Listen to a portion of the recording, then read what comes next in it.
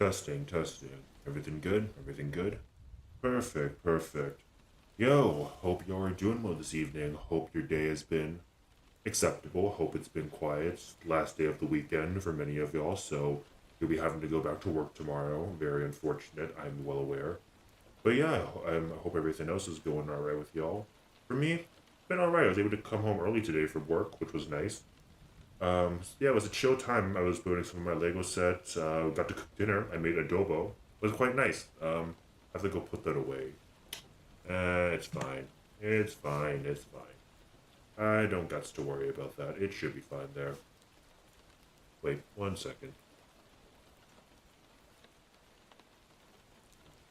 There we go. That's better. Sorry about that. But yeah, it's been a little. I mean, it hasn't been too long, but it's been a little bit since I did my last reading stream. Which I want to make sure that I do these on a somewhat consistent basis because quite enjoy these. They allow me to relive some classical literature, which is always quite nice. Well, I'm open to reading anything, whether it be creepypastas, classical work, more postmodern works. I'm open to anything. Speaking of anything, I have a couple stories lined up for us tonight. So the two of them I mentioned, we have this one right here, The Girl Who Was Plugged In. It's a classic story, I believe from the 70s. I feel like it does a good job at illustrating kind of. It's very evident of modern times, I would say, and it's a good read, especially with our age of VTubers, I feel. It's honestly quite reflective of that. And I have one more. Sorry, the name escapes me at the moment. 1 second. I can't even remember all the damn stories I picked out for tonight. That's it. There Will Come Soft Rains. So I haven't read. Wait, have I read this one?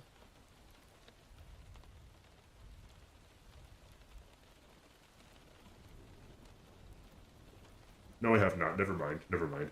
But that's by Ray Bradbury, who is a very classical writer, very well known. Oh, sorry, one thing.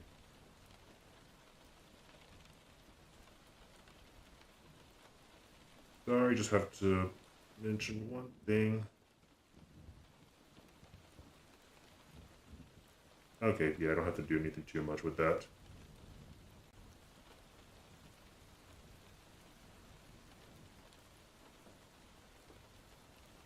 Okay, there's some other things I gotta read through later. Yeah. It's kind of evident of modern times. Everyone's so busy, always got our own shit. You make plans, but not everything goes accordingly. Nothing wrong with that. It's just things are different. Things are difficult to do, maintain. We all are in our own worlds. We're all our own main characters. It's okay. I don't need to be too introspective right now. So yeah, won't be these streams aren't super long, but they'll be good. They'll be a decent chunk. I'll probably go for hour and a half, something like that. Just something so that y'all can fall asleep too. Because I probably should do a little bit of work tonight. Plus, there was something I want to watch tonight. Whether or not I will, yet to be seen. But we'll get to that when I get to that. But anyway, enough with the dilly dally. Let's get into our first story of the night. The Girl Who Was Plugged In by James Triptree Jr. Listen, zombie, believe me. What I could tell you, you with your silly hands leaking sweat on your growth stock portfolio, 110 lousy hacks of AT&T on 20-point margin, and you think you're and you think you're evil Knievel. AT&T, you double knit dummy. How I'd love to show you something. Look, dead daddy, I'd say. See, for instance, that rotten girl in that crowd over there, the one gaping at her gods. One rotten girl in the city of the future. That's what I said. Watch. She's jammed among bodies, craning and peering with her soul yearning out of her eyeballs. Love. Oh, love them. Her gods are coming out of a store called Body East. 3 young bloods, larking around loverly, dressed like simple street people, but smashing. See their great eyes swivel above their nose filters, their hands lift shyly, their inhumanly tender lips melt. The crowd moans. Love. This whole boiling megacity, this whole fun future world loves its gods. You don't believe in gods, Dad? Wait. Whatever turns you on, there's a god in the future for you. Custom made. Listen to this mob. I touched his foot. Oh, I touched him. Even the people in the GTX tower up there love the gods, in their own way and for their own reasons. The funky girl on the street, she just loves, grooving on their beautiful lives, their mysterioso problems. No one ever told her about the mortals who love a god and end up as a tree or a sighing sound. In a million years, I'd never occurred to her that her gods might love her back. She's squashed against the walls now as the godlings come by. They move in a clear space. A holocam bobs above, but its shadow never falls on them. The store display screens are magically clear of bodies as the gods glance in, and a beggar under focus steadily alone. They give him a token. Ah, goes the crowd. Now one of them flashes some wild new kind of timer, and they all trot to catch a shuttle. Just like people. The shuttle stops for them. More magic. The crowd sighs, closing back. The gods are gone. In a room far from, but not unconnected to, the GTX tower, a molecular flip-flop closes too, and three account tapes spin. Our girl is still stuck by the wall while guards and holocam equipment pull away. The adoration's fading from her face. That's good, because now you can see she's the ugly of the world, a tall monument to the planetary dysophony. No surgeon would touch her. When she smiles, her jaw, it's half purple, almost bites her left eye out. She's also quite young, but who could care? The crowd is pushing her along now, treating you to glimpses of her jumbo torso, her mismatched legs. At the corner, she strains to send one last fond spasm after the godling shuttle. Then her face reverts to its usual expression of dim pain, and she lurches out onto the moving walkway, stumbling into people. The walkway junctions with another. She crosses, trips, and collides with the casualty rail. Finally, she comes out into a little place called a park. The sports show is working. A basketball game in 3DI is going right overhead. But all she does is squeeze onto a bench and huddle there while a ghostly free throw goes by her ear. After that, nothing at all happens except a few furtive houndmouth gestures which don't even interest her benchmates. But you're curious about the city? So ordinary after all. In the future? There's plenty to swing here. It's not all that far in the future, Dad. But pass up the sci-fi stuff for now. Like for instance, the holovision technology that's put TV and radio in museums. Or the worldwide carrier field bouncing down from satellites, controlling communication and transport systems all over the globe. There was a spin-off from the asteroid mining past it by. We're watching that girl. I'll give you just one goodie. Maybe you notice on the sports show or the streets. No commercials. No ads. That's right. No ads. An eyeballer for you. Look around. Not a billboard, sign, slogan, jingle, skywrite, blurb, subliminal flash in this whole fun world. Brand names? Only in those ticky little peep screens on the stores, and you could hardly call that advertising. How does that finger you? Think about it. That girl is still sitting there. She's parked right under the base of the GTX tower, as a matter of fact. Look way up and you can see the sparkles from the bubble on top, up there among the domes of Godland. Inside that bubble is a boardroom. Neat bronze shield on the door. Global Transmissions Corporation. Not that that means anything. I happen to know that there's 6 people in that room. 5 of them technically male, and the 6th isn't easily thought of as a mother. They are absolutely unremarkable. Those faces were seen once at their nuptials and will show again in their obituaries and impress nobody either time. If you're looking for the secret big blue meanings of the world, forget it. I know. Zen, do I know. Flesh, power, glory, you'd horrify them. What they do like up there is to have things orderly, especially their communications. You could say they've dedicated their lives to that, to freeing the world from garble. Their nightmares are about hemorrhages of information, channels screwing up, plans misimplemented, gargle creeping in. Their gigantic wealth only worries them. keeps opening up new vistas of disorder. Luxury? They wear what their tailors put on them, eat what their cooks serve them. See that old boy there? His name is Isham. He's sipping water and frowning as he listens to a data ball. The water was prescribed by his medstaff. It tastes awful. The data ball also contains uh, sorry, a disquieting message about his son, Paul.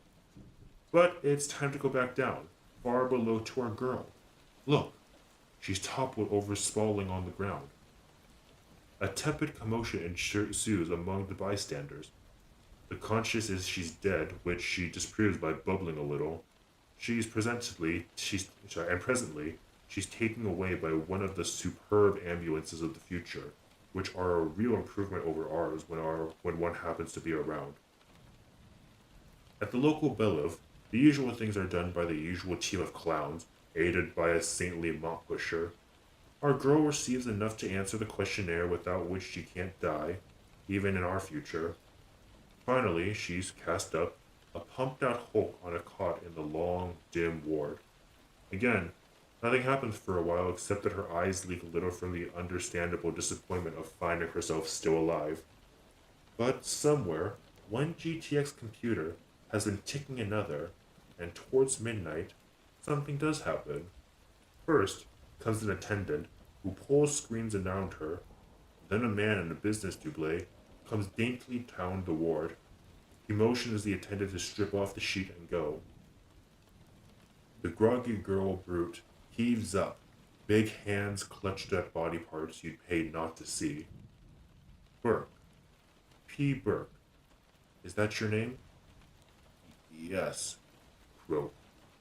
Are you policeman? No. They'll be along shortly, I expect. Public suicide's a felony. I'm sorry. He has the corridor in his hand. No family, right? No. You're 17. 1 year city college. What did you study? Languages. Say something. Unintelligible rasp. He studies her. Seen close, he's not so elegant. Errand boy type. Why'd you try to kill yourself? She stares at him with rat dead dignity, hauling up the gray sheet. Give him a point. He didn't ask twice. Tell me, did you see Breath this afternoon? Dead as she nearly is, that ghastly love looks well up. Breath is the three young gods, a loser's colt. Give the man another point. He interrupts her expression. How would you like to meet them? The girl's eyes bug out grotesquely. I have a job for someone like you. It's hard work. If you did well, you'd be meeting Breath and stars like that all the time. Is he insane? She's deciding she really did die. But it means you never see anybody you know again. Never, ever. You will be legally dead. Even the police won't know. Do you want to try? It has to be repeated while her great jaw slowly sets. Show me the fire I walked through. Finally, P. Burke's prints are in his corridor, the man holding up the rancid girl body without a sign of distaste. It makes you wonder what else he does. And then, the magic. Sudden silent trot of litter bearers tucking P. Burke into something quite different from a Bella of stretcher. The oils slide into the daddy of all luxury ambulances. Real flowers in the holder. And the long, jarlish rush to nowhere. Nowhere is warm and gleaming and kind with nurses. Where did you hear that money can't buy genuine kindness? And clinging clouds folded P. Burke into bewildering sleep. Sleep, which merges into feedings and washings and more sleeps, into drowsy moments of afternoon where midnight should be, and gentle business-like voices, and friendly, but very few, faces and endless painless hydro sprays and peculiar numbnesses. And later comes the steadying rhythm of days and nights, and a quickening which P. Burke doesn't identify as health, but only knows that the fungus placed in her armpits is gone, and that she's up and following those few new faces with growing trust, first tottering, then walking strongly, all better now, plumping down the short hall to the tests, tests, and the other things. And here is our girl, looking, if possible, worse than before. You thought this Cinderella was transistorized? The disimprovement in her looks come from her electroid jacks peeping out of her sparse hair, and there are other meldings of flesh and metal. On the other hand, that collar and spinal plate are really an asset. You won't miss seeing that neck. Peeberg is ready for training in her new job. The training takes place in her suite, and is exactly what you call a charm course. How to walk, sit, eat, speak, blow her nose, how to stumble, to urinate, to hiccup deliciously. How to make each nose blow or shrug delightfully. Subtle, different from any ever schooled before. As the man said, it's hard work. But Peeberg proves out. Somewhere that horrible body is a gazelle, a houri, who would have been buried forever without this crazy chance. See this ugly duckling go. Only, only it isn't precisely Peeper who's stepping, laughing, shaking out her shining hair. How could it be? Peeberg is doing it all right, but she's doing it through something. The something is, to all appearances, a live girl. You were warned. This is the future. When they first open the big cryo case and show her her new body, she says just one word: staring, gulping. How? Simple, really. Watch Peeberg in her sack and Scuff stump down the hall, besides Joe, the man who supervises the technical part of her training. Joe doesn't mind Peeberg's looks. He hasn't noticed them. To Joe, system matrices are beautiful. They go into a dim room containing a huge cabinet, like the one-man sauna, and a console for Joe. The room has a glass wall that's all dark now, and just for your information, the whole shebang is 500 feet underground, near what used to be Carbondale. Joe opens the sauna cabinet like a big clamshell, standing on end with a lot of funny business inside. Our girl shucks her shift and walks into it bare, totally unembarrassed, eager, and if anything. She settles in face forward, butting jacks into her sockets. Joe closes it carefully onto her. Clunk. She can't see in there, or hear, or move. She hates this minute. Oh, but how she loves what comes next. Joe and his console, and the lights on the other side of the glass wall come up. Her room is on the other side, all fluff and kicky bits. A girly bedroom.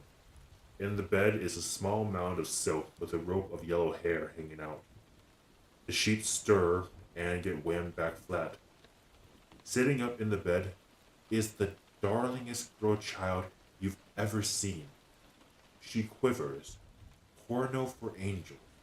She sticks both her little arms straight up, flips her hair, looks around full of sleepy pizzazz. Then she can't resist rubbing her hands down over her mini breasts and belly. Because, you see, it's the god-awful Peeberg who is sitting there, hugging her perfect girl body, looking at you out of delighted eyes. Then the kitten hops out of bed and crashes flat on the floor. From the sauna in the dim room comes a strangled noise. Peeberg, trying to rub her wild elbows, is suddenly smothered in two bodies, electrodes jarking into her flesh. Joe juggles inputs, crooning into his mic. The flurry passes. It's all right. In the lighted room, the elf gets up, casts a cute glare at the glass wall, and goes into a transparent cubicle. The bathroom. What else? She's a live girl, and live girl have to go to the bathroom. After a night's sleep, even if their brains are in the sauna cabinet in the next room, and Peeberg isn't in that cabinet, she's in the bathroom. Perfectly simple. If you have the glue for that closed training circuit that's letting her run her neural system by remote control. Now, let's get one thing clear. Peeberg does not feel her brain is in the sauna room. She feels that it's in the sweet little body. When you wash your hands, do you feel the water running on your brain? Of course not. You feel the water on your hand, although the feeling is actually a potential pattern flickering over the electrochemical jelly between your ears, and it's delivered there via the long circuits from your hands. Just so, P. Brooke's brain in the cabinet feels the water on her hands in the bathroom. The fact that the signals have jumped across space on the wall on the way in makes no difference at all. If you want the jargon, it's known as eccentric projection or sensory reference, and you've done it all your life. Clear? Time to leave the honeypot to her toilet training. She's made a boo-boo with the toothbrush because P. Burke can't get used to what she sees in the mirror. But wait, you say, where did that girl body come from? P. Burke asks that too, dragging out the words. They grow 'em, Joe tells her. He couldn't care less about the flesh department. PDs, placental decanters, modified embryos, see? Fit the control implants later. Without a remote operator, it's just the vegetable. Look at the feet. No calluses at all. He knows because they told him. Oh, oh, she's incredible. Yeah, a neat job. Want to try walking talking mode today? You're coming on fast. And she is. Her reports and the reports from the nurse and the doctor and style man go to a bushy man upstairs who is some kind of medical cyber tech, but mostly a project administrator. His reports in turn go to the GTX boardroom? Certainly not. Did you think this is a big thing? His reports just go up. The point is, they're green. Very green. P. Berg promises well. So the bushy man, Dr. Tesla, has procedures to initiate. The little kitten's dossier in the central databank, for instance, purely routine, and the phase-in schedule which will put her on the scene. This is simple. A small exposure in an off-network holo show. Next, he has to line out the event which will fund and target her. That takes budget meetings, clearances, coordinations. The Burke Project begins to recruit and grow. And there's the messy business of the name, which always gives Dr. Tesla an acute pain in the bush. The name comes out weird when it's suddenly discovered that Burke's P stands for Philadelphia. Philadelphia. The astrologer grows on it. Joe thinks it would help identification. The semantic scroll reference brotherly love, Liberty Bell, main line, low pterogenesis, blah blah. Nicknames: Philly, Paula, Hootie, Delphi. Is it good? Bad? Finally, Delphi is digitally declared Goodo. Burke is replaced by something nobody remembers. Coming along now, we're at the official checkout down in the underground suite, which is as far as the training circuits reach. The bushy Dr. Tesla is there, braced by two budgetary types and a quiet fatherly man who he handles like hot plasma. Joe swings the door wide and she steps shyly in. Their little Delphi, 15 and flawless. Tesla introduces her around. She's child Solon, a beautiful baby whom something so wonderful hasn't happened you can feel the tingles. She doesn't smile, she brims. The brimming joy is all that shows up P-Burke, the forgotten Hulk in the sauna next door. But P-Burke doesn't know she's alive. It's Delphi who lives, every warm inch of her. One of the budget types lets go a libidinous snuffle and freezes. The fatherly man, whose name is Mr. Cantle, clears his throat. Well, young lady, are you ready to go to work? Yes, sir, gravely from the elf. We'll see. Has anyone told you what you're going to do for us? No, sir. Joe and Tesla exhale quietly. Good. He eyes her, probing for the blind brain in the room next door. Do you know what advertising is? He's talking dirty, hitting to shock. Delphi's eyes widen, and her little chin goes up. Joe is in ecstasy at the complex expression P. Burke is getting through. Mr. Cantle waits. It's, well, it's when they used to tell people to buy things. She swallows.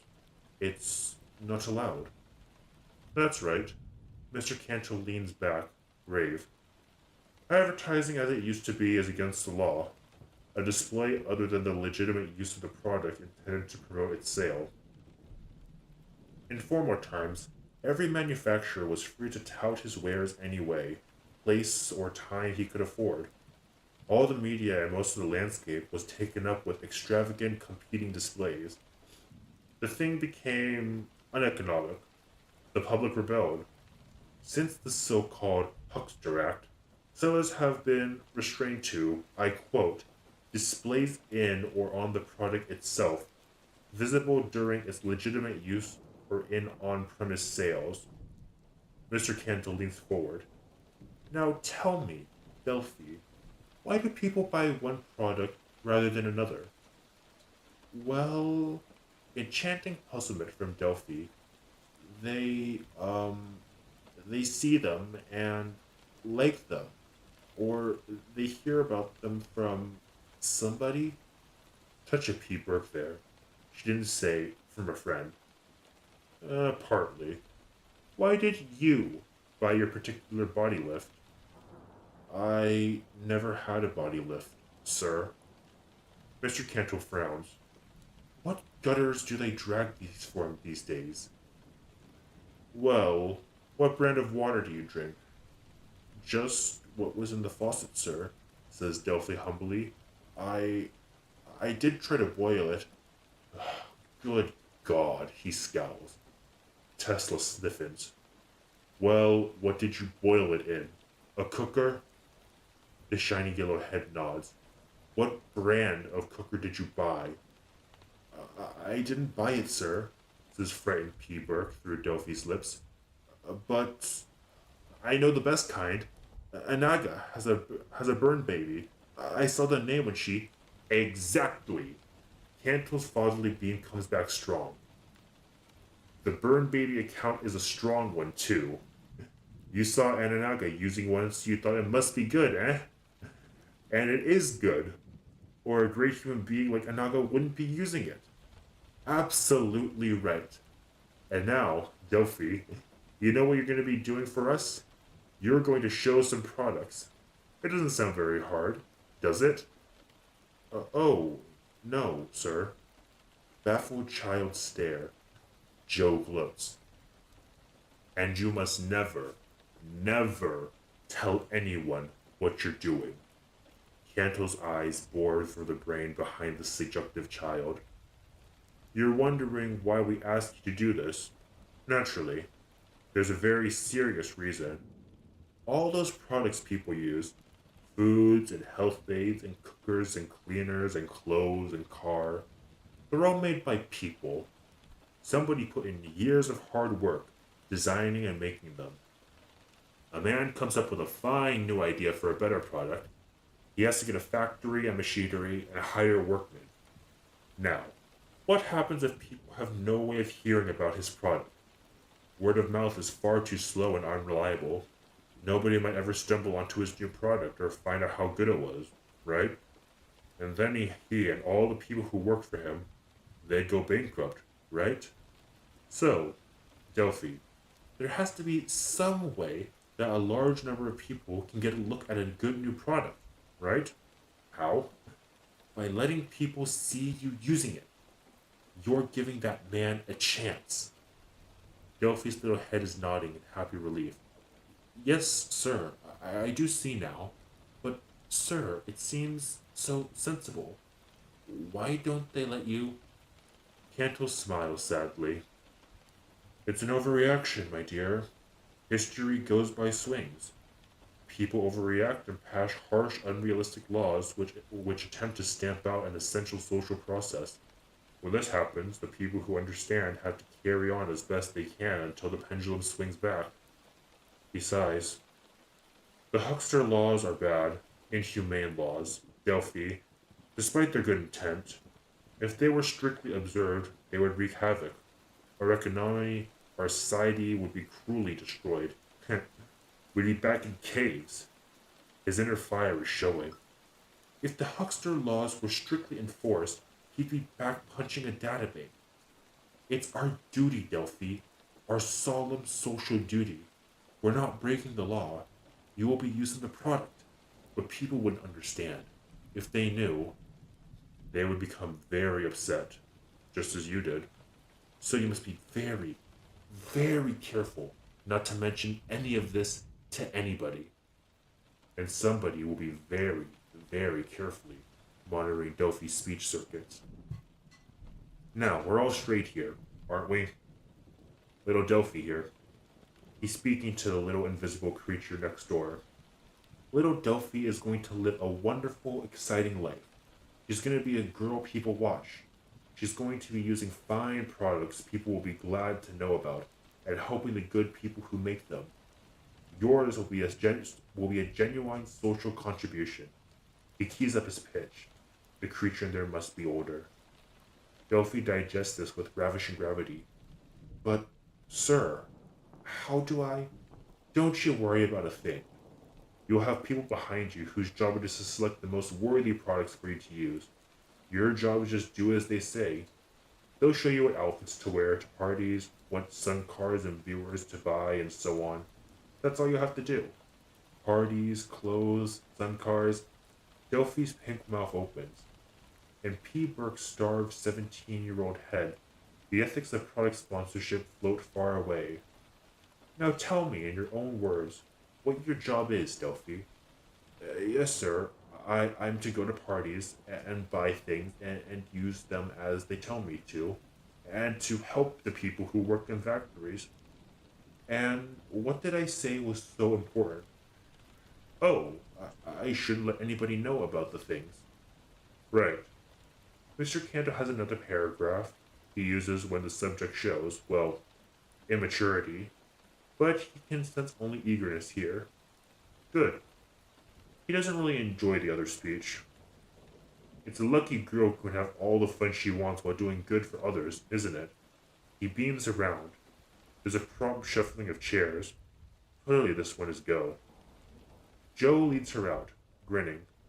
The poor fool thinks they're admiring her coordination.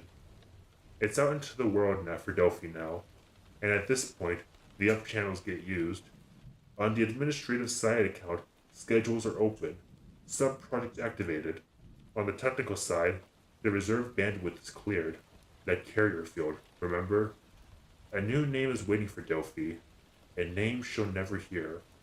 It's a long string of binaries which have been quietly cycling in the GTX tank ever since a certain beautiful person didn't wake up. The name winks out of cycle, dances from pulses into modulations of modulations, whizzes through phasing, and shoots into a gigaband beam racing onto a Synchronious satellite poised over Guatemala. From there, the beam pours 20,000 miles back to Earth again, forming an all-pervasive field of structured energies, supplying tuned demands point all over the Can-Am quadrant. One second, I need to get a sip of water here.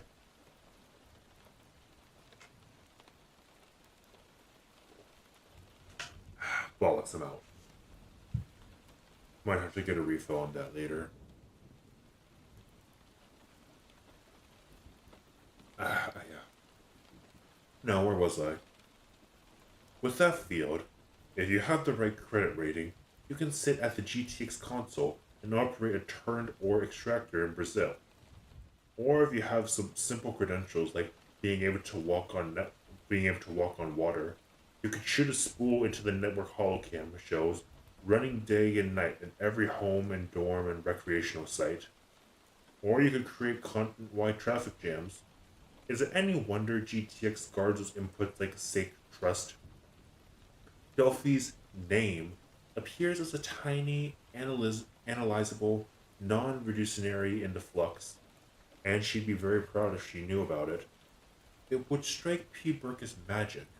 P. Burke never understood robot cars, but Delphi is in no sense a robot.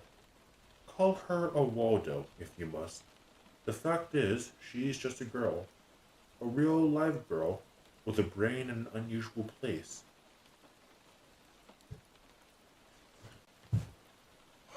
Excuse me.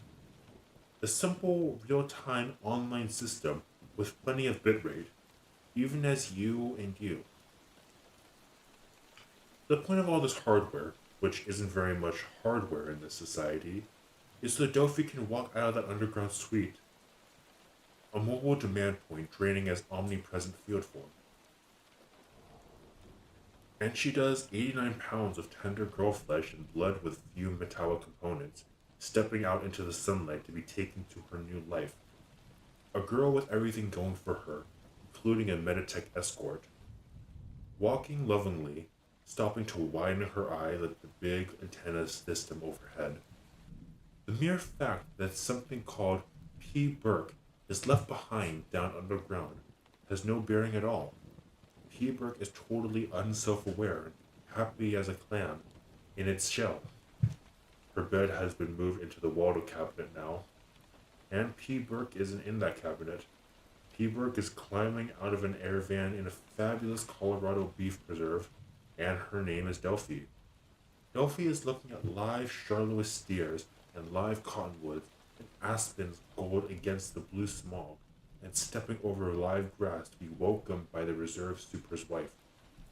The super's wife is looking forward to a visit from Delphi and her friends, and by a happy coincidence, there's a holocam outfit here doing a piece for the Nature Nuts. You could write the script yourself now, while Delphi learns a few rules about structural interfaces and how to handle the tiny time lags which result from the new 40,000 mile parentheses in her nervous system. That's right, the people with the least holocam rib naturally find the gold aspen shadows look a lot better on Delphi's flank than they do a steer.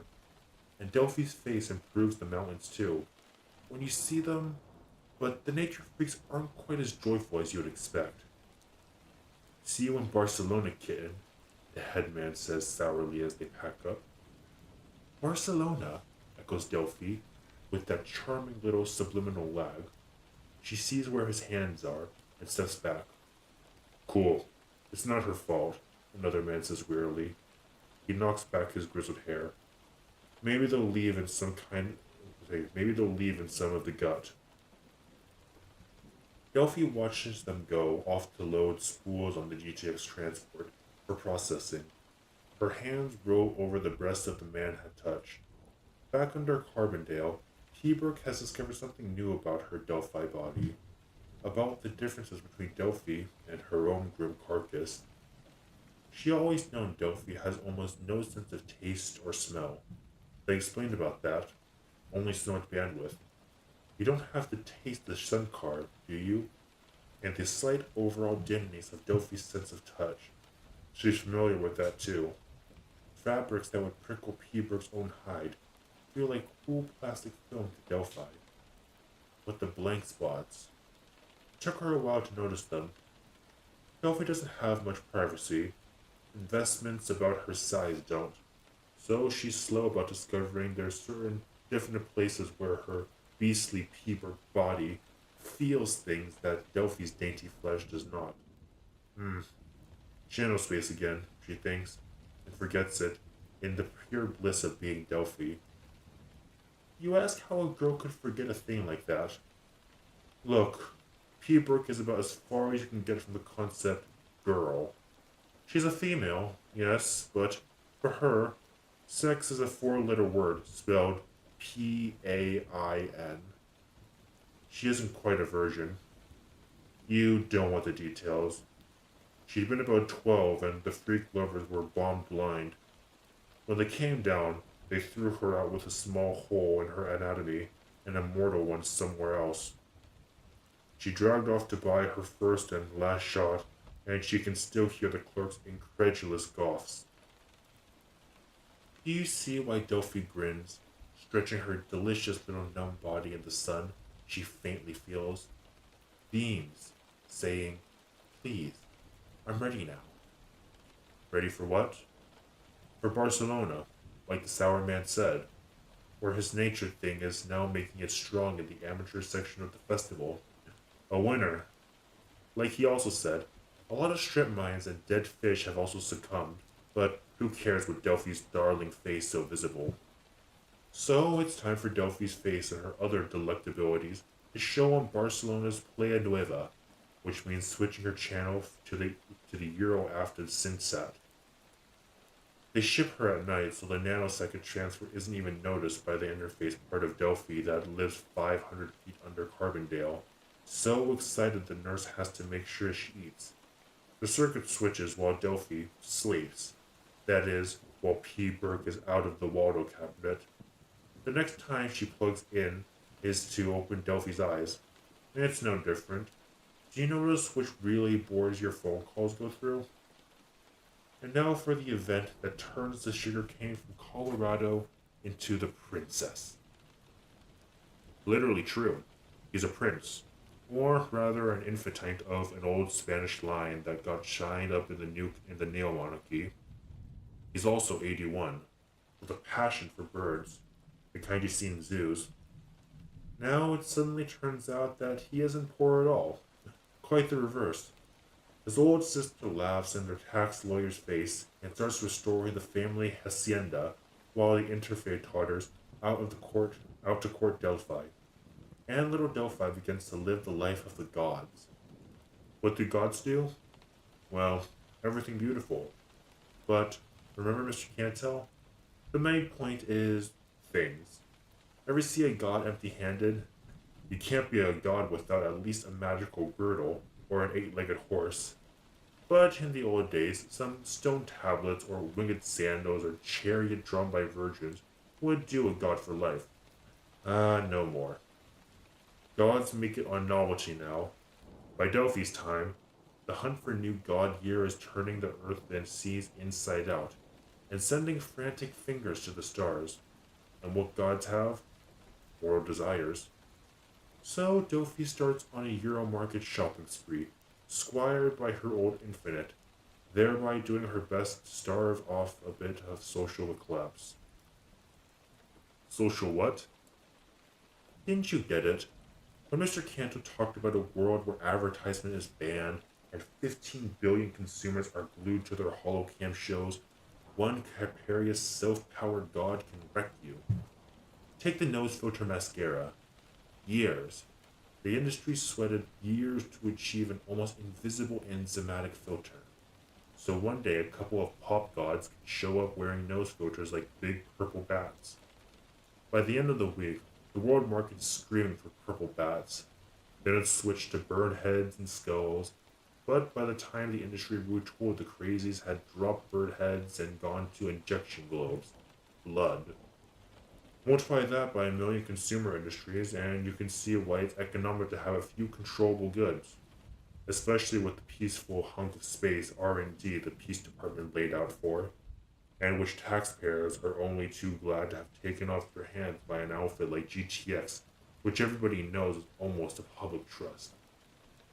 And so you, or rather GTX, find a creature like P. Burke and give her Delphi, and Delphi helps keep things orderly. She does what you tell her to do. Why? That's right. Mr. Cantor never finished his speech. But here comes the test of Delphi's button nose twinkling in the torrents of news and entertainment, and she's noticed. The feedback shows a flock of viewers turning up the amps when this new country babe gets tangled in her new cordial body jewels. She registers at a couple of major screens too, and when the infante gives her a sun car, little Delphi tries out sun cars in a tiger. There's solid response in high critic commentary. Mr. Cantor was humming his happy tune as he cancels a bell on his subnet option to guest her on the new cook show called Work Venus. And now for the super posh old world wedding. The hacienda has Moorish bath and 6-foot silver candelabra, and real black horses, and the Spanish Vatican blesses them. The final event is a grand guancho ball, with the old prince and his little infanta on a bowered balcony. She's a spectacular doll of silver lace, widely launching toy doves at her new friends whirling by below. The infante beams, twitches his old noses to the scent of her sweet excitement, His doctor has been very helpful. Surely now, after he has been so patient with the sun cars and all the nonsense, the children look up to him, saying something incomprehensible about breath. He makes out that there's complaining about the three singers she has begged for. They've changed, she marvels. Haven't they changed? They're so dreary. I'm so happy now. And Delphi falls fainting against a Gothic Van Guardno. 1 second, I need to sneeze. Ah,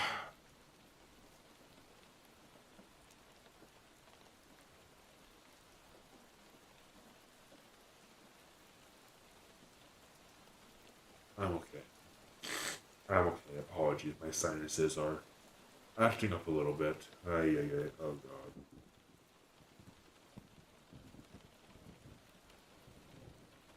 I may want to go to bed early tonight. Also, I think I underestimated how long the story is. This might be our one and only story of the night. I have quite a bit to go still. Ay, ay, ay. Okay. 1 second, 1 second.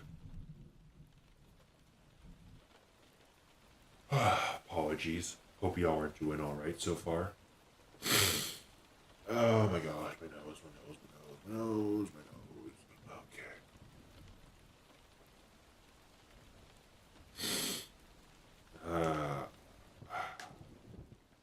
Apologies for that.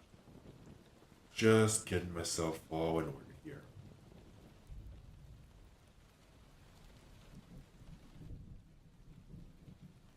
I probably should go to bed early tonight. That would probably be wise. That would be wise. That would be wise.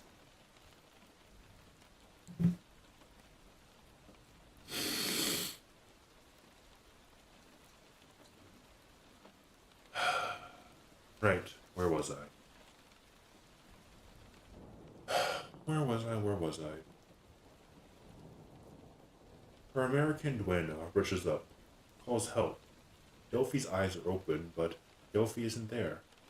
The duenna pokes among Delphi's hair, slaps her. The old prince grimaces. He has no idea what she is beyond an excellent solution to his tax problem. But he has a falconer in his use. There comes to his mind the small pining birds who are flung up to simulate the hawks. He pockets the vain clod to which he had promised certain indulgences and departs to design his new aviary. And Delphi also departs with her retinue to the Infante's newly discovered yacht. The trouble isn't serious. It's only that 5,000 miles away, 500 feet down, Peaburg has been doing it too well. They've always known she has terrific aptitude. Joe says he never saw a remote take over so fast. No disorientations, no rejections. The Psychome talks about self-annihilation, and she's going into Delphi like a salmon to the sea. She isn't eating or sleeping. They can't keep her out of the body cavern to get her blood moving. There are necroses under her grisly sit-downs. Crisis. So Delphi gets a long sleep on the yacht, and Peaburg gets pounded through her perforated head that she's endangering Delphi. Nurse Fleming thinks of that, thus alienating the Psychome. They rig a pool down there, Nurse Fleming again, and chase Peaburg back and forth, and she loves it. So naturally, they let her plug in again, and Delphi loves it too. Every noon besides the yacht's hydrofoils, darling Delphi clips along the below sea they've warned her not to drink. And every night around the shoulder of a world of ill-shaped thing in a dark whirl beats its way across the sterile pool. So presently, the yacht stands up on its foils and carries Delphi to its program. Mr. Canto has waiting. Its long range she's scheduled for at least 2 decades of product life. Phase 1 calls for her to connect with a flock of young ultra-riches who are romping loose between Briny and Jakarta, where a competitor named TEV could pick them off. A Ratoon Luxgear operation See, no politics, no policy angels, and the main budget items are in the title, and the yacht which was idle away. The storyline is that Delphi goes to accept some rare birds for her prince. Who cares? The point is that Haiti area is no longer radioactive, and look, the gods are there, and so are several new Carib West Happy Isles which can afford GTX rates. In fact, two of them are GTX subsets. But you don't want to get the idea that all of these newsworthy people are wired up robberies. For pity's sake, you don't need many if they're placed right. Delphi asks Joe about that when he comes over to Bernaquila to check her over. Pete Burke's own mouth hasn't said much for a while. Are there many more like me? Nobody's like you, Buttons. Look, are you still getting that Van Allen warble? I mean, like Davy. Is he a remote? Davy's the lad who has helped with the birds. A sincere redhead who needs a little more exposure. Davy? He's one of Mart's boys. Some psycho job. They haven't any channel. What about the real ones? Jama Van O, or Ali, or Jim 10. Jima was born with a pile of GTX basic where her brain should be.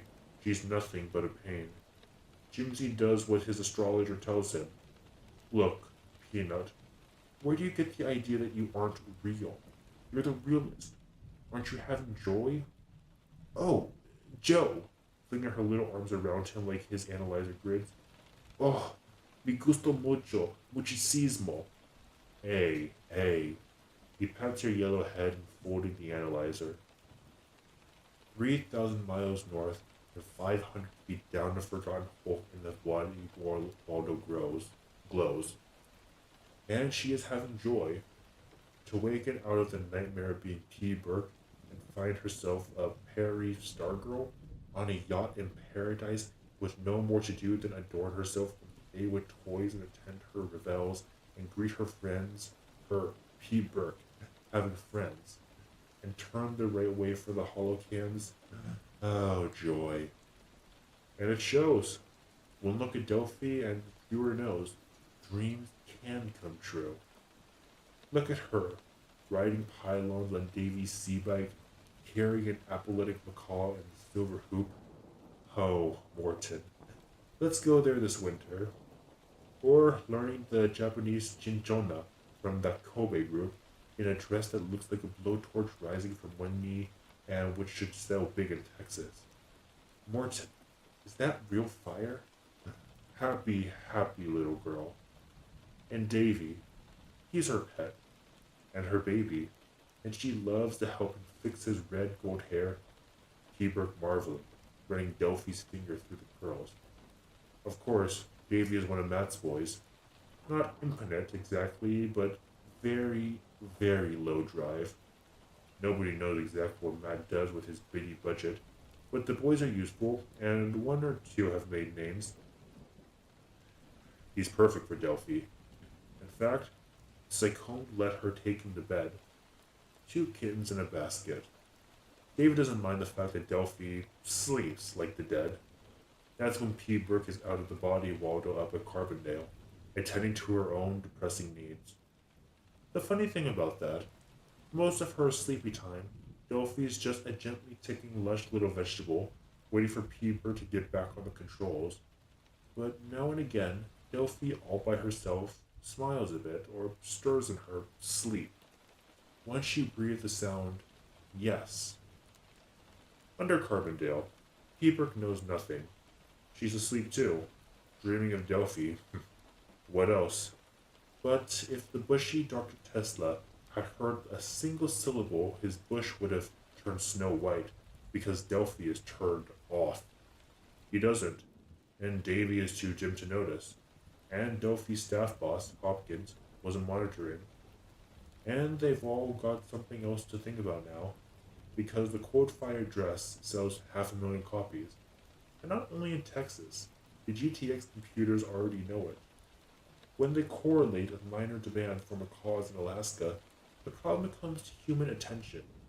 Delphi is something special. It's a problem, see, because Delphi is targeted on a limited consumer bracket. Now it turns out she has mass pop potential. Those macaws in Fairbanks, man, it's like trying to shoot mice with an ABM.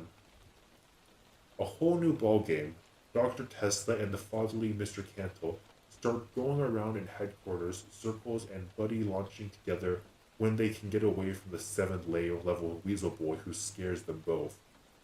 In the end, it's decided to ship Delphi down to GTX Holocam Enclave in Chile to try and spot on one of the mainstream shows. Never mind why Infanta takes up acting. The Holocam complex occupies a couple of mountains where an observatory once used to clean air. Holocam total environment shells are very expensive and electronically super stable. Inside them, actors can move freely without going off register, and the whole scene or any selected part will show up in the viewer's home in complete 3DI. So real you can look up their nose and much denser than you can get from mobile rigs. You can blow a tit 10 feet tall when there's no molecular stifle around. The Enclave looks, well, take everything you know about Hollywood Burbank and throw it away. What Delphi sees coming down is a neat giant mushroom farm, domes of all sizes up to monsters for the big games and stuff. It's orderly. The idea that art thrives on creative flamboyance has long been torpedoed by proof that what art needs is computers. Because this showbiz has something TV and Hollywood never had, automated inbuilt viewer feedback. Samples, ratings, critics, polls, forget it. With that career field, you can get real-time response sensor readouts from every receiver in the world, served up at your console. That started as a thingy to give the public more influence on content. Yes, try it, man. You're at the console. Slice the sex, age, education, econ, ethno, etc. an audience of your choice and start. You can't miss. Where the feedback warms up, give them more of that. Warm, warmer, hot. You've hit it. The secret itch under those hides. The dream in those hearts. You don't need to know its name. With your hand controlling all the input and your eye reading all the response, you can make them a god. And somebody do the same for you. But Delphi just sees rainbows. When she gets through the degazing ports and the field relay and takes her first look at the inside of those shells, the next thing she sees is a team of shapers and technicians descending on her, and millisecond timers everywhere. The tropical leisure is finished. She's in a gigabunk mainstream now. At the final maw of the unceasing hose that's pumping the sight and sound and flesh and blood and sobs and laugh and dreams of reality into the world's happy head. Little Delphi goes in sorry. Little Delphi is going plump into a zillion homes in prime time, and nothing is left to chance. Work. And again, Delphi proves out. Of course, it's really P. Burke down under Carbondale who's doing it, but who remembers that carcass? Certainly not P. Burke. She hasn't spoken through her own mouth for months. Delphi doesn't even recall dreaming of her when she wakes up. As for the show itself, don't bother. It's gone on so long no living soul could unscramble the plot line. Delphi's trial spot has something to do with a widow and her dead husband's brother's amnesia. The flap comes after Delphi spots begin to flash out along the world hose and feedback appears. You've guessed it. Of course, sensational. As you'd say, they identify. The report actually says something like N so the M, with strings of percentages meaning that Delphi not only has it for anybody with a Y chromosome, but also for women and everything in between. It's a sweet supernatural jackpot. The moon to one. Remember your Harlow? A sex pod, sure.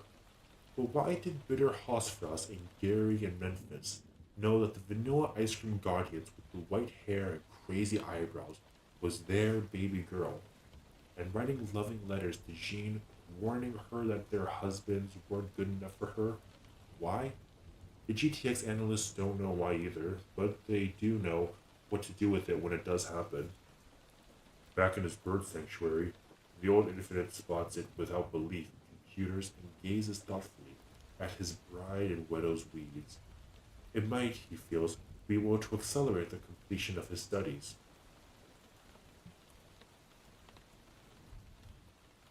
The excitement reaches down the burrow under Carbondale, where P. Burke gets 2 medical exams in a week, and a chronically inflamed electrode is replaced. Nurse Fleming also gets an assistant who doesn't do much nursing, but is very interested in access doors and identity tabs. And in Chile, little Delphi is promoted to a new home up among the stars, residential spreads, and a private ginnery to carry her to work. For Hopkins, there's a new computer terminal and a full-time schedule man. What is the schedule crowded with? Things. And here begins the trouble. You probably saw that coming too. What does she think she is? A goddamn consumer rep? Mr. Cantwell's fatherly face in Carbondale contorts. The girl's upset, Miss Fleming says stubbornly. She believes that what you told her about helping people and good new products, they are good products, Mr. Cantwell snaps automatically, but his anger is under control, and he hasn't got where he is by irrelevant reactions. She says the plastic gave her a rash and the glow pills make her dizzy. Good God, she shouldn't swallow them, Dr. Testa puts it agitatedly. He told her she'd use them, pursues Mrs. Fleming. Mr. Cantor is busy figuring out how to ease the problem to the weasel-faced young man. What? Was it a goose that lays golden eggs?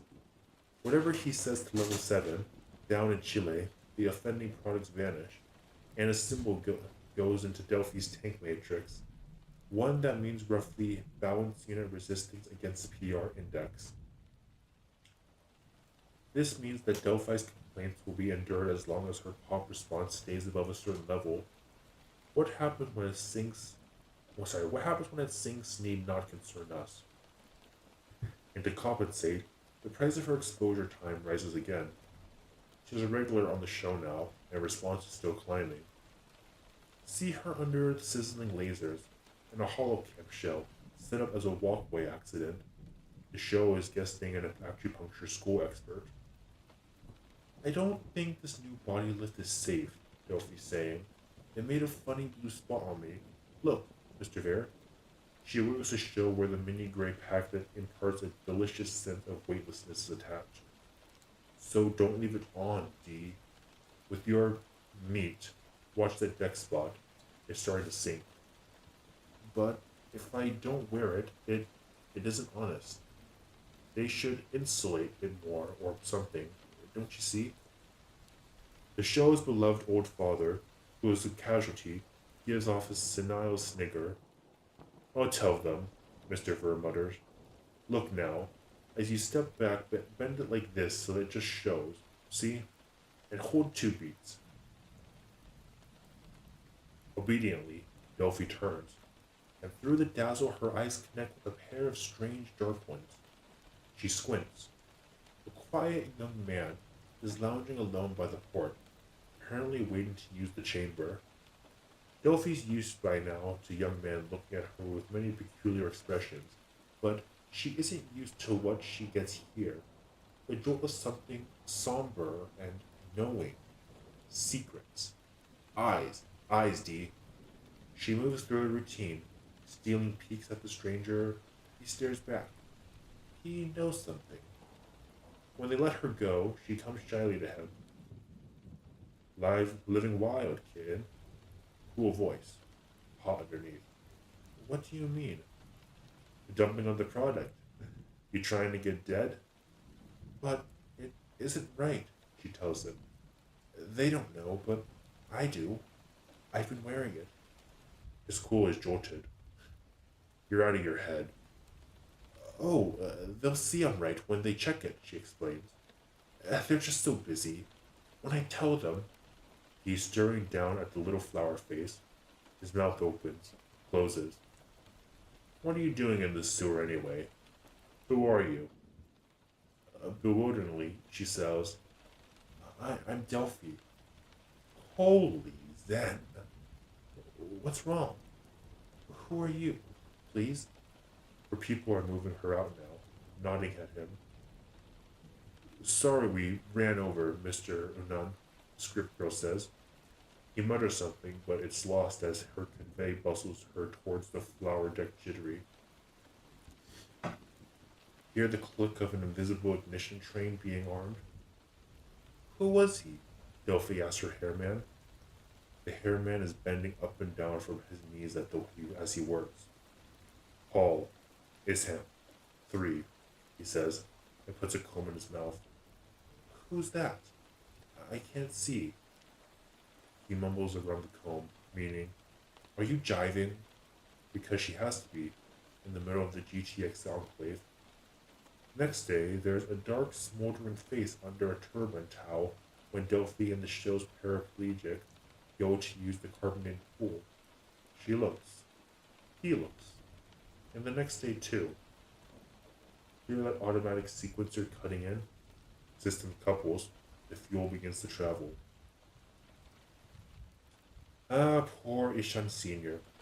Yet he feels sorry for a man who values order when he begets young, genetic information is still transmitted in the old ape way. 1 minute it's a happy midget with a rubber duck. Look around, and here's this huge, healthy stranger, opaquely emotional, running with God knows who. Questions are heard where there's nothing to question, and eruptions claiming to be moral outrage. When this is called to Papa's attention, it may take time in that boardroom. Papa does what he can, but without immortality juice, the problem is worrisome. And young Paul Issem is a bear. He's bright and articulate and tender-souled and incassedly active, and he and his friends are choking with appallment at the world their fathers made. And it hasn't taken Paul long to discover that his father's house has many mansions and even the GTX computers can't relate everything to everything else. He noses out the decaying project at which he adds up to something like sponsoring marginal creativity, the freelance team that discovered Delphi was one such guarantee. And from there, it turns out that the agile lad named Isha can get his hand on a viable packet of GTX HoloCAM facilities. So, here he is with his little band, way down the Mushroom Farm mountain, busily spooling a show which has no reaction to Delphi's. It's built on bizarre techniques and unsettling distortions, pregnant with social protest, and underground expression to you. All this isn't unknown to his father, of course, but so far, it has done nothing more than apologies, than deepen Isham Sr.'s apprehensive frown, until Paul connects with Delphi. And by the time Papa learns this, those invisible hypergolics have exploded. The energy shells are rushing out. For Paul, you see, is the genuine article. He's serious. He dreams. He even reads. For example, Green Mansions, and he wept fiercely when those fiends burned Rima alive. When he hears that some new GTX pussy is making it big, he sneers and forgets it. He's busy. He never connects the name with this little girl making her idiotic, doomed protest in the holocam chamber. This strangely simple little girl. She comes and looks up at him, and he sees Rima, lost Rima, the enchanted bird girl, and his unwired human heart goes twang. And Rima turns out to be Delphi. Do you need a map? Angry puzzlement, the rejection of the dissonance, Rima hustling for GTX, my father. Garbage. Cannot be. The loitering around the pool to confirm the swindle. Dark guys hitting on the blue wonder. Jerky words exchanged in a peculiar stillness. The dreadful reorganization.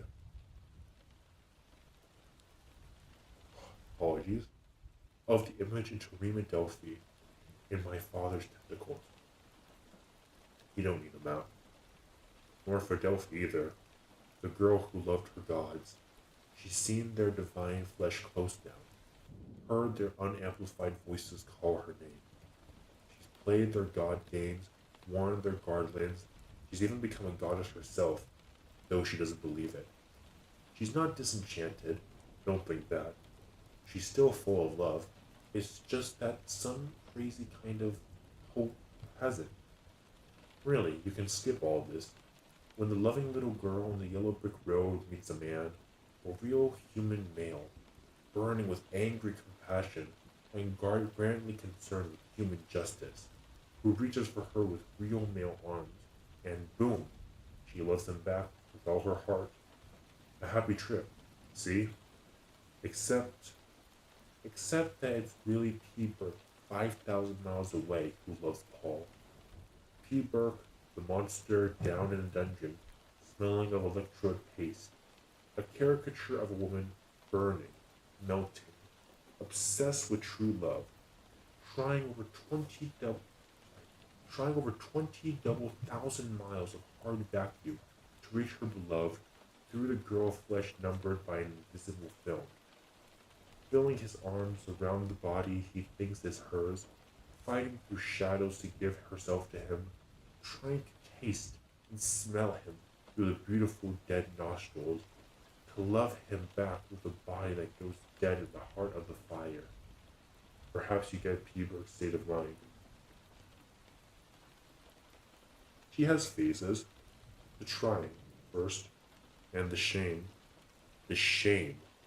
I am not what thou lovest. And the fiercer trying. And the realization that there is no way, none, never, never. A bit delayed, isn't it?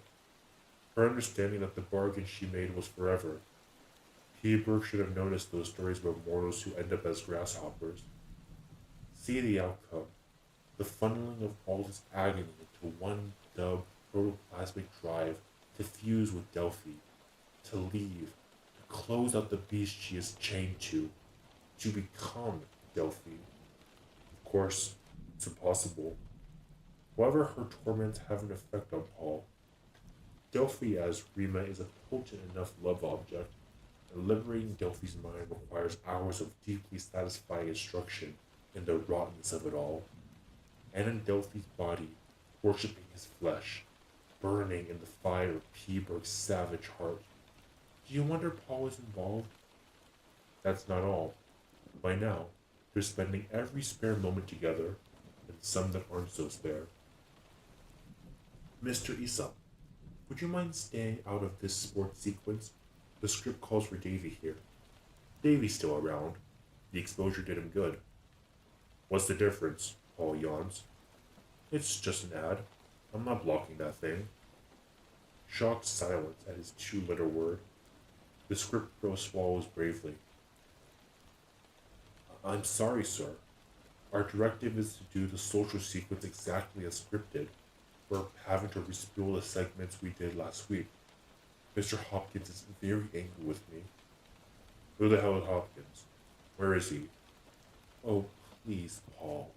Please. Paul unwraps himself, saunters back. The hall camp crew nervously check their angles. The GTX boardroom has a foible about having things pointed at them and theirs. Cold shivers when the image of an Isham merely went onto the world beam that is still Dialeander. Worse yet, Paul has no respect for the sacred schedules, which are now a full-time job for Ferret Boy up at headquarters. Paul keeps forgetting to bring her back on time and poor Hopkins can't cope. So pretty soon the boardroom data ball has an urgent personal action to happen with Mr. Isam Sr. They do it the gentle way at first. I can't today, Paul. Why not? They said I have to. It's very important.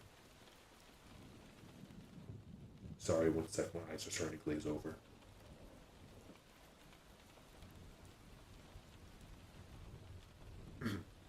He strokes the faint gold down on her narrow back, under Carbondale, PA. Blind Moleman shivers. Importance, their importance, making you more gold. Can't you see? To them, you're just a thing to get a scratch with. A huckster. Are you gonna let them screw you, D? Are you? Oh, Paul. He doesn't know it, but he's seeing a weirdie. Remotes aren't hooked up to flow tears. Just say no, D. No. Integrity. You have to. But they say it's my job. You won't believe I can take care of you, D. Baby. Baby, you're letting them rip us up. We have to choose. Tell them no. Paul, I will. And she does. Brave little Delphi, and insane Peeper, saying, no, please, I promise Paul. They try some more, still gently. Paul, Mr. Hopkins told me the reason they don't want us to be together so much is because of who you are, your father. She thinks her father is like Mr. Cantle, maybe. Oh, great. Hopkins. I'll fix him. Listen, I can't think about Hopkins now. Ken came back today. He found out something. They are lying on the high Andes Meadow, watching his friends dive their swinging kites. Would you believe on the coast the police have electrodes on their heads? She stiffens her arms. Yeah, weird. I thought they only used PPs on criminals in the army. Don't you see, D? Something has to be going on. Some movement. Maybe somebody's organizing. How can we find out? He points to the ground behind her. We should make contact. If only we can find out. The news? She asks distractedly. The news. He laughs. Yeah, there's nothing in the news except what they want people to know. Half the country could burn up and nobody would know if they didn't want it. D, can't you take what I'm explaining to you? They've got the whole world programmed. Total control of communication. They've got everybody's minds wired to think what they show them and want and what they give them. And they give them what they're programmed to want. You can't break in or out of it. You can't get hold of it anywhere. I don't think they even have a plan except to keep things going round and round. And God knows what happens to the people or the Earth or the other planets. Maybe. One great big vortex of lies and garbage, pouring round and round, getting bigger and bigger, and nothing can ever change. People don't wake up soon. We're through. He pounds her stomach softly. You have to break out, Dee. I'll try, Paul. I will. You're mine. They can't have you. And he goes to see Hopkins, who is indeed cowed. But that night, up under Carbondale, the fatherly Mr. Canto goes to see Peeper. Peeper, on a cot in a utility robe like a dead camel in a tent. She cannot at first comprehend that he is telling her to break it off with Paul. Peeper has never seen Paul. Delphi sees Paul. In fact, the fact is, Peeper can no longer recall that she exists apart from Delphi. Mr. Canto can scarcely believe it either, but he tries. He points out the futility, the potential embarrassment for Paul, that gets a dim stare from the bulk of the bed. Then he goes to her duty to the GTX. Her job is that she's grateful for the opportunity, etc. He's very persuasive. The cobbly mouth of Peeper opens and croaks. No. Nothing seems more forthcoming. Mr. Canto isn't dense. He knows an immovable obstacle when he bumps into one. He also knows an irresistible force, GTX. The simple solution is to lock the Waldo cabinet until Paul gets tired of waiting for Delphi to wake up. But the cost, schedules, and there's something odd here. He eyes the corporate asset hulking on the bed, and his Hulk sense prickle. Oh, fuck me, I'm getting tired myself. You see, remotes don't love. They don't have real sex. The circus designed that out from the start. So it's been assumed that it's Paul who is diverting himself or something on, with the pretty little body in Chile. People can only be doing what comes naturally to any ambitious gutter meat. It hasn't occurred to anyone that they're dealing with the real hairy thing whose shadow is blasting out of every hollow shell on Earth. Love? Mr. Cantle frowns. The idea is grotesque, but his instinct for the fuzzy line is stronger. He will recommend flexibility. And so, in Chile, darling, I don't have to work tonight. And Friday, too. Isn't that right, Mr. Hopkins? Oh, great. When does she come up for parole? Mr. Isham, please be reasonable. Our schedule. Surely your own production people must be needing you. This happened to be true. Paul goes away. Hopkins stares after him, wondering distastefully why an Isham wants to borrow Waldo. How sounds the other how sound are those boardroom belly fears? Garble creeps creep in. It never occurs to Hopkins that an Isham might not know what Delphi is, especially with Davy crying because Paul has kicked him out of Delphi's bed. Delphi's bed is under a real window. Stars, Paul said sleepily. He rolls over, pulling Delphi on top. Are you aware that this is one of the last places on Earth where people can see the stars? Tibet too, maybe. Paul, go to sleep. I want to see you sleep. Paul, I sleep so hard. I mean, it's a joke how hard I am to wake up. Do you mind? Yes. But finally, fearfully, she must let go, so that 5,000 miles north, the crazy spent creature crawl out to gulp concentrates and fall on her cot, but not for long. It's a pink dawn when Delphi's eyes open to find Paul's arm around her, his voice saying rude, tender things. He's been kept awake. The nerveless little statue that was her Delphi body nuzzled him in the night. Insane hope rises, is fed a couple of nights later when he tells her that she called his name in her sleep.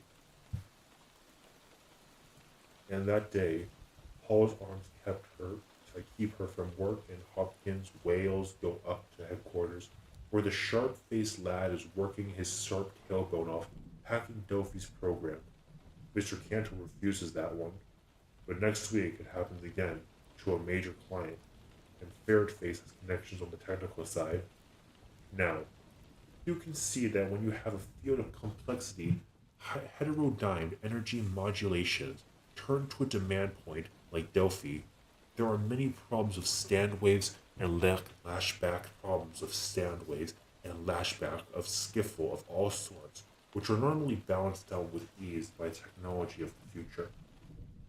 By the same token, they can be delicately unbalanced too, in ways that feed back into the Waldo operator with striking results. Darling, what the hell? What's wrong? Delphi! Helpless shrieks, writhings. Then the Rimmer bird is lying wet and limp in his arms, her eyes enormous. I I wasn't supposed to, she gasped faintly. They told me not to. Oh my god, Delphi. And his hard fingers are digging in her thick yellow hair. Electronically, knowledgeable fingers, they freeze. You're a doll. You're one of those PP implants. They control you. I should have known.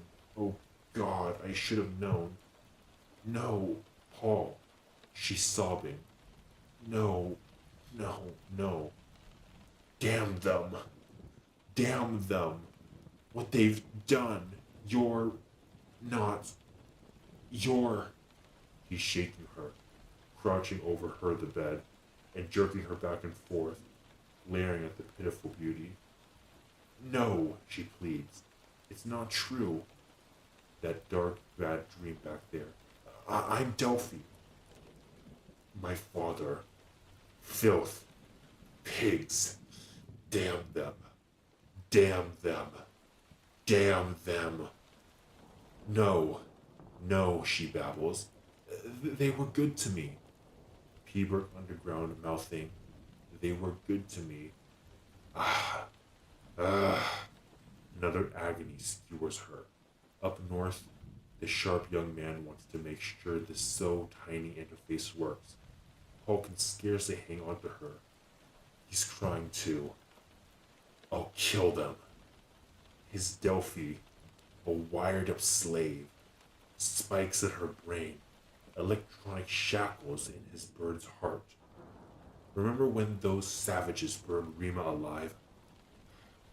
I'll kill the man that's doing this to you. He's still saying it afterwards, but she doesn't hear. She's sure he hates her now. All she wants is to die. When she finally understands that the fierceness is tenderness, she thinks it's a miracle. He knows, and he still loves. How can she guess that he's got it a little bit wrong? You can't blame Paul.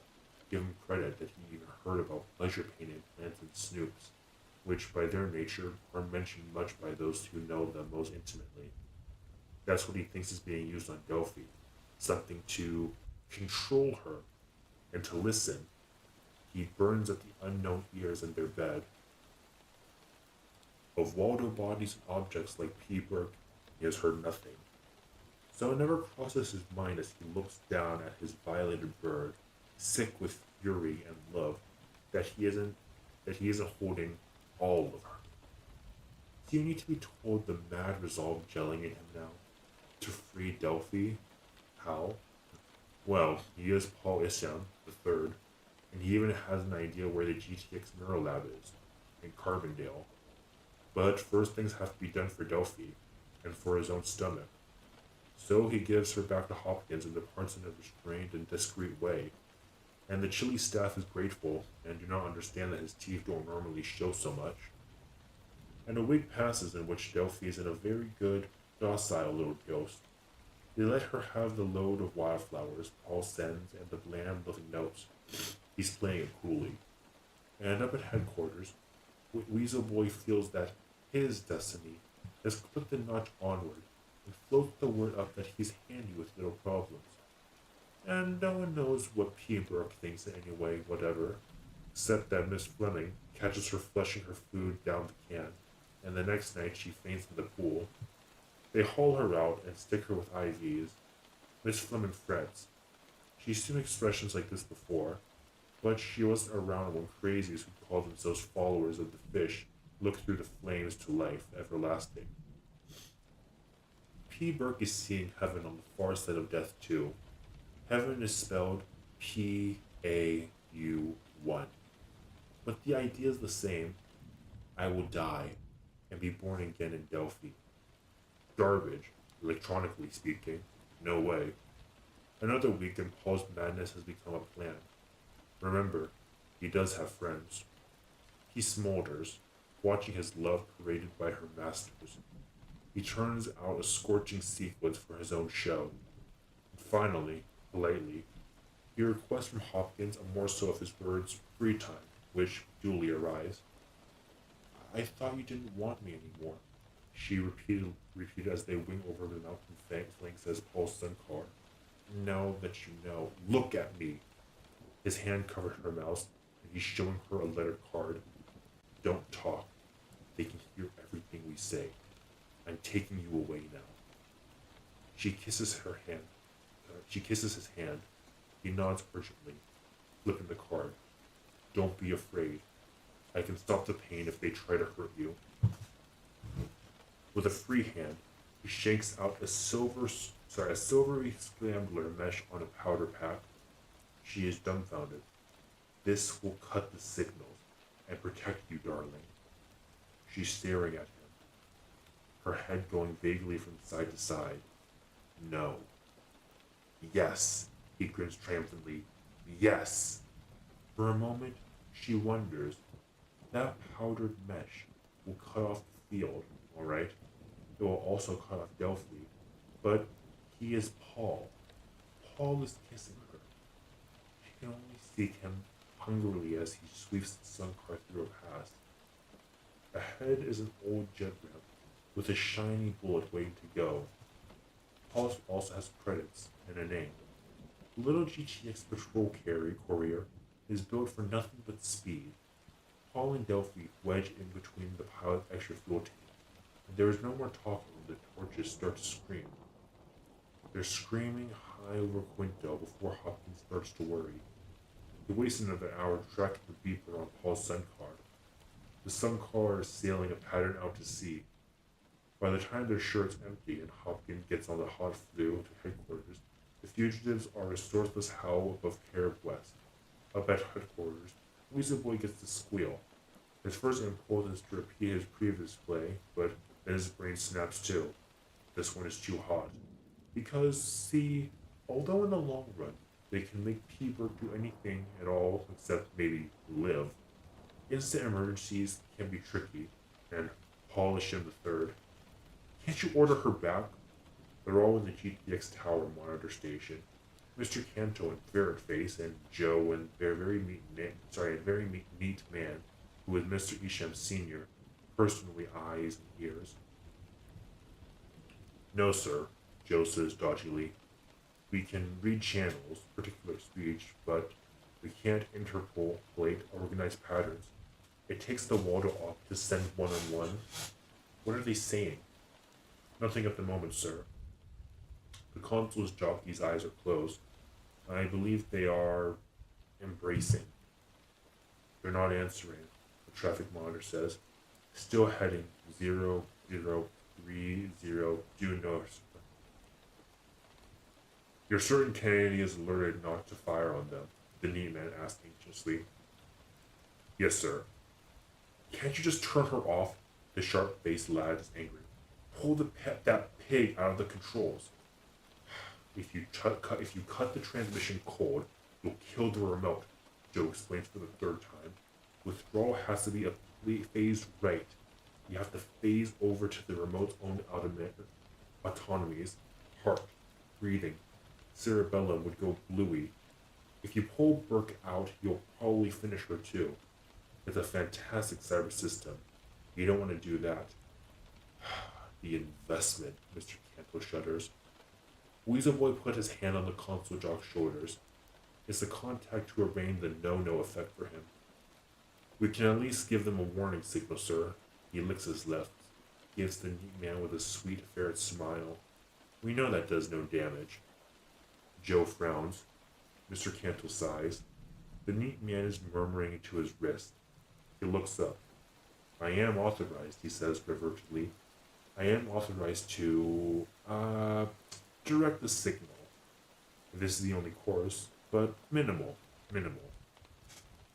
Sharp-face squeezes his main shoulder. In the silver bullet shrieking over Charleston, Paul feels Delphi arc into his arms. He reaches for the mesh, hot for action. She thrashes, pushing at his hands. Her eyes roll. She's afraid of that mesh despite the agony. And she's right. Frantically, Paul fights her in the cramped space, gets it over her head. As he turns the power up, she burrows her free arm under his arm, and then spasms fades. We're calling you again, Mr. Isham, the pilot yells. Don't answer. Darling, keep over your head. Damn it, how can I? An AX-90 barrel over their nose. There's a flash. Mr. Isham, those are Air Force jets. Forget it, Paul shouts back. They won't fire. Darling, don't be afraid. Another AX-90 rocks them. Would you mind pointing your pistol at my head where they can see it, sir? Pilot howls. Paul does so. The AX-90s take up escort formation around them. The pilot goes back to figuring out how we can collect from GTX-2. And after Goldsboro AB, the escort peels away. Holding the same course, traffic is reporting to the ground group around the monitor. Apparently they've taken on enough fuel to bring them to Tower's port here. In that case, it's just a question of waiting for them to dock. Mr. Cantle's fatherly manner revives for just a bit. Why can't they cut off that damn freak's life support? The sharp young man fumes. It's ridiculous. They're working on it, Cantle assures him. What they're doing, down at the Carbondale, is arguing. Miss Fleming's watchdog has summoned the bushy man to the Waldo room. Miss Fleming, you will obey orders. You'll kill her if you try that, sir. I can't believe you meant it. That's why I didn't. We've already fed her enough sedative to affect her heart action.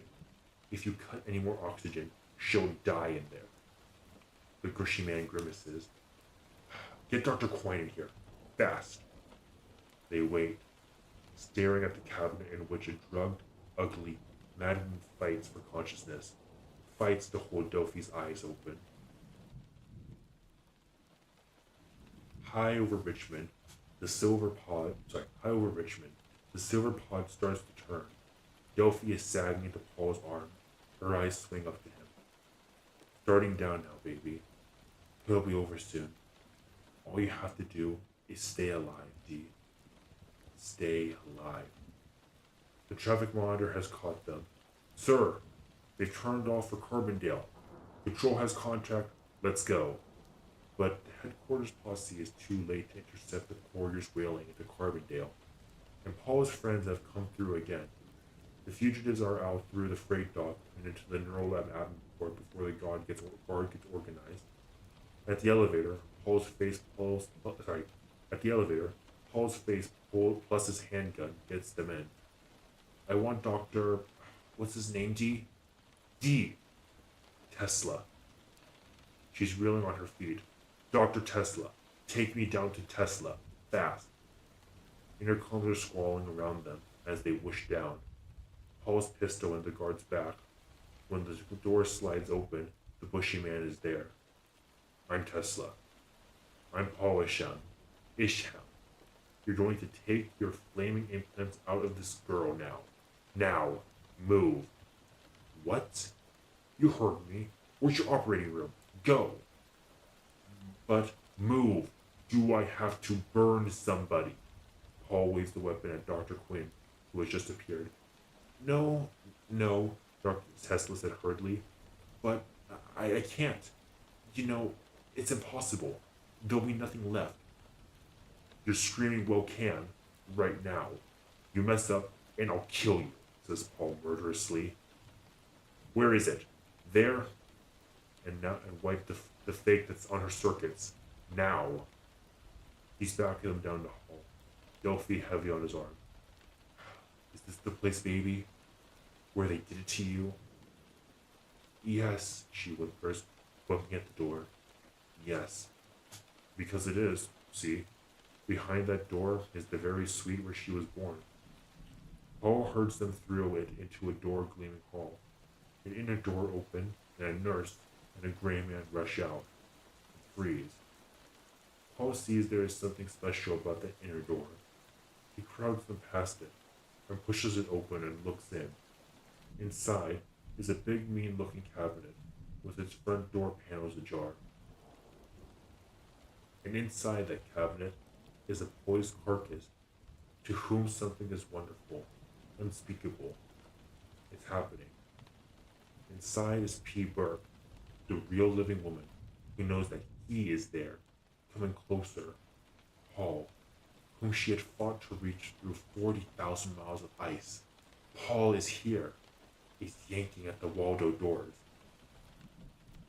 The doors tear open, and a monster rises up. Paul, darling, cooks the voice of love, and the arms of love reach for him. And he responds, wouldn't you, if a gaunt she-golem, lab naked and sprouting wires and blood, came at you, clawing with metal-studded paws? Get away! He knocks wires. It doesn't matter which wires. P. Burks has to speak so nervously, system hanging out. Imagine somebody jerking a handful of your medulla. She crashes on the floor at his feet, flopping and roaring. Paul. Paul, Paul, Invictus. It's doubtful he recognizes his name or sees her life coming out of her eyes at him. And at the last, it doesn't go to him. The eyes find Delphi, fainting by the doorway, and die. Now, of course, Delphi is dead too. There is total silence as Paul steps away from the thing by his foot. You killed her, Tesla says. That was her. Your control. Paul is furious. The thought of that monster fastened into little Delphi's brain nauseates him. He sees her crumpling and holds out his arm, not knowing she is dead. And Delphi comes to him, one foot before the other, not moving very well, but moving. Her darling face turns up. Paul was distracted by the terrible quiet, and when he looks down, he only sees her tender little neck. Now you, get the implants out, he warns them. Nobody moves. But she's dead, Miss Fleming whispered wildly. Paul feels Delphi's life under his hand. They're talking about that monster. He aims his pistol at the gray man. You. If we aren't in your surgery when I count to 3, I'm burning off this man's leg. Mr. Isham, Tesla says desperately, you've just killed the person who animated the body you call Delphi. Delphi herself is dead. If you released your arm, you'll see what I say is true. The tone gets through. Slowly, Paul opens his arm and looks down. Delphi? She totters, sways, stays upright. Her face slowly comes up. Paul, tiny voice. Your karate tricks. Paul snarls at them. Move! Look at her eyes, Dr. Quine croaks. They look. One of Delphi's pupils fills the iris. Her lips writhe weirdly. Shocked, Paul grabs her to him. Fix her, he yells at them, aiming at Tesla. For God's sake, bring it in the lab, Tesla quivers. Goodbye, bye, says Delphi, clearly. They lurch down the hall, Paul carrying her. They meet a wave of people. Headquarters arrive. Joe takes one look and dives for the Waldo room, running into Paul's gun. Oh no, you don't. Everybody is yelling. The little thing in his arm stirs, says plaintively, I'm Delphi. And all through the ensuing jabber and ranting, she hangs on, keeps it up. The ghost of P. Burke, or whatever, whispered crazily, Paul, please, I'm Delphi. Paul, I'm here, darling, I'm here. He's holding her in the nursing bed. Tesla talks unheard. Paul, don't sleep, the ghost voice whispers. Paul is in agony. He will not accept, will not believe. Tesla runs down. And then, near midnight, Delphi says roughly, ag, and slips onto the floor, making a rough noise like a seal. Paul screams. There's more of the ag business, and more gruesome, convulsive disintegrations, until by 2 in the morning, Delphi is nothing but a warm, little bundle of vegetative functions hitched to some expensive hardware, the same that sustained her before her life began. Joe has finally persuaded Paul to let him at the Waldo cabinet. Paul stays by her long enough to see her face change into a dreadful, alien, and coldly convincing way, and then he stumbles out bleakly through the group in Tesla's office. Behind him, Joe is working butt-faced, sweating to reintegrate the fantastic complex of circulation, respiration, endocrines, mid-brain homeostasis, and pattern flux that was a human being. It's like saving an orchestra abandoned in midair. Joe was also crying a little. He alone had truly loved Peeber. Peeber, now a dead pile on the table, was the greatest cyber system he had ever known, and he never forgets her. The end, really. You're curious? Sure. Dophie lives again. Next year, she's back on the yacht getting sympathy for her tragic breakdown. But there's a different chicken chili, because while Delphi's new operator is competent, you don't get two P Burks in a row, for which GTX is duly grateful. The real belly bomb, of course, is Paul. He was young, see, fighting abstract wrong. Now life has clawed into him, and he goes through gut rage and grief and grows in human wisdom and resolve. So much so that you won't be surprised sometime later to find him where? In the GTX boardroom, dummy, using advantage of his birth to radicalize the system. You'd call it warring from within. That's how he put it, and his friends couldn't agree more. It gives them a warm, confident feeling to know that Paul is up there. Sometimes one of them who he still runs into him and he gets a big hello. And the sharp faced lad? Oh, he matures too. He learns fast. Believe it. For instance, he is the first to learn that an obscure GTX research unit is actually getting something with their loopy temporal anomalizer project. True, he doesn't have the physics background, and he's bugged quite a few people, but he doesn't really learn about that until the day he stands where somebody points him during a test run, and wakes up lying on a newspaper headlined, Nixon unveils Phase 2. Luckily, he's a fast learner. Believe it, zombie. When I say growth, I mean growth. Capital appreciation. You can stop sweating. There's a great future there. The end. Well then, that story took a little bit longer than I intended, but it's definitely a very fascinating story.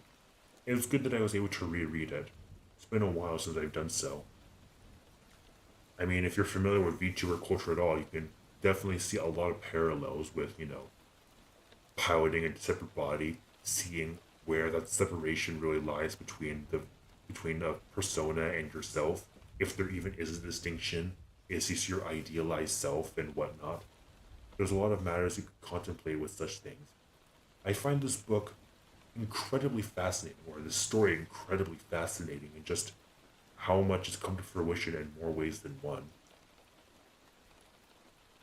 I think many other VTubers should read this. I would be very, very curious to get their own perspectives on this and how they may relate to it, how they see it as perspectives, and if or not it kind of shapes their own perception of how VTubers are kind of in that realm in a way.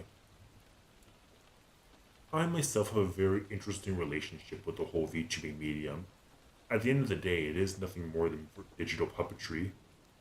And even though I am fine being classified as a VTuber myself, I find that distinction is a bit different for myself, as, well, there's no real persona for myself.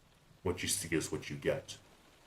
Sure, models may change, how I present myself may change, but at the end of the day, I'm just me. There is no separation. Val is Val. I am thee. I am thou. But it is definitely a very fascinating matter to ponder, I suppose. I did mention that there was another story I would like to read. However, it has been nearly 2 hours. This story went on a bit longer than I intended, so I'm afraid I'll have to save that other story for another day, which is fine. There are plenty of more works to look at, plenty of more things to contemplate, plenty of more things to read. So, I am afraid we are going to have to leave this for another day. So, I hope you all have a wonderful evening. I hope you all rest well.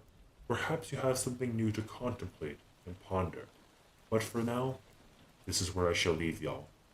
I hope you all have a damn good one. Take care, stay safe, and I'll see you all next time. Have a damn good one, y'all. चल क्या